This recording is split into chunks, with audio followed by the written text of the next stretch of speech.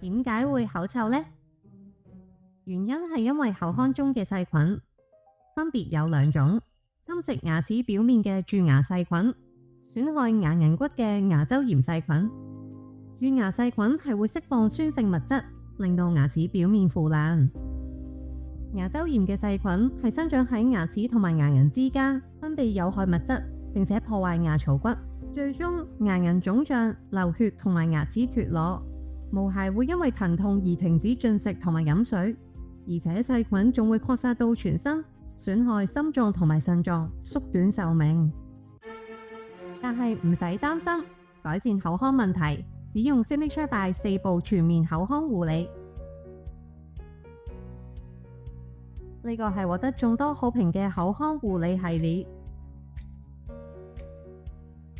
第一步，臨瞓前搽上牙石 gel， 輕輕一搽已經完成。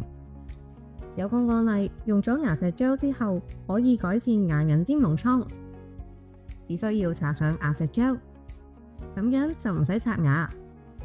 牙石 gel 係使用 EWG 等級嘅綠色安全成分製成，添加咗黴同埋乳酸菌，成效加倍。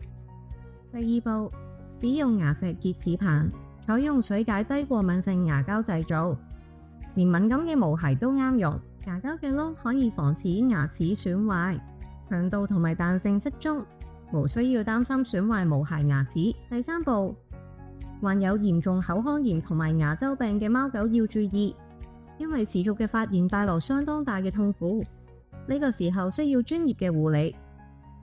細胞修復系列塗液，專門處理傷口愈合、發炎同埋疼痛，亦係經檢疫機關批准嘅動物專利醫療產品。第四步，每日使用經臨床驗證嘅口腔補充劑，增強口腔免疫力，抑制牙周炎細菌，有效預防牙石，同時改善口腔健康。從第一步到第四步，使用 Signature by 嘅4步口腔護理，簡單又安心。